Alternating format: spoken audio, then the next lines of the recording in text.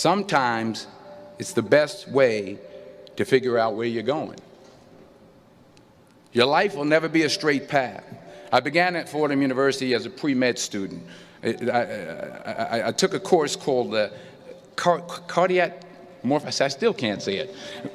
Cardiac morphogenesis. I couldn't read it, I couldn't say it, I sure couldn't pass it.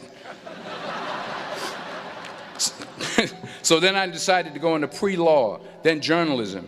And with no academic focus, my grades took off in their own direction.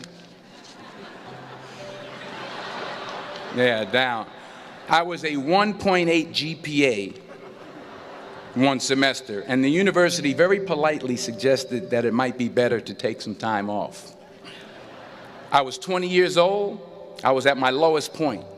And then one day, and I remember the exact day, March 27th, 1975, I was helping my mother in her beauty shop. My mother owned a beauty shop up in Mount Vernon.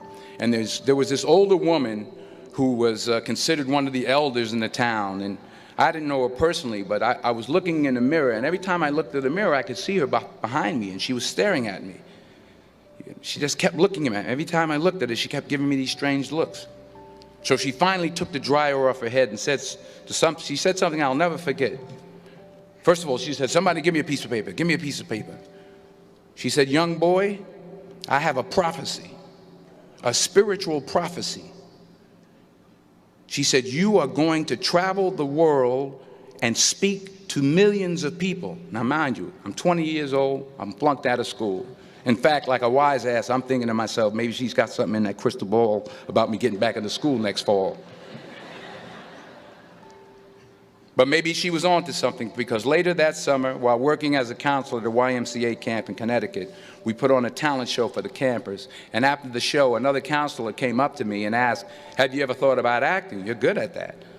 So when I got back to Fordham that fall, I got in and I changed my major once again for the last time. And in the years that followed, just as that woman prophesied, I have traveled the world and I have spoken to millions of people through my movies.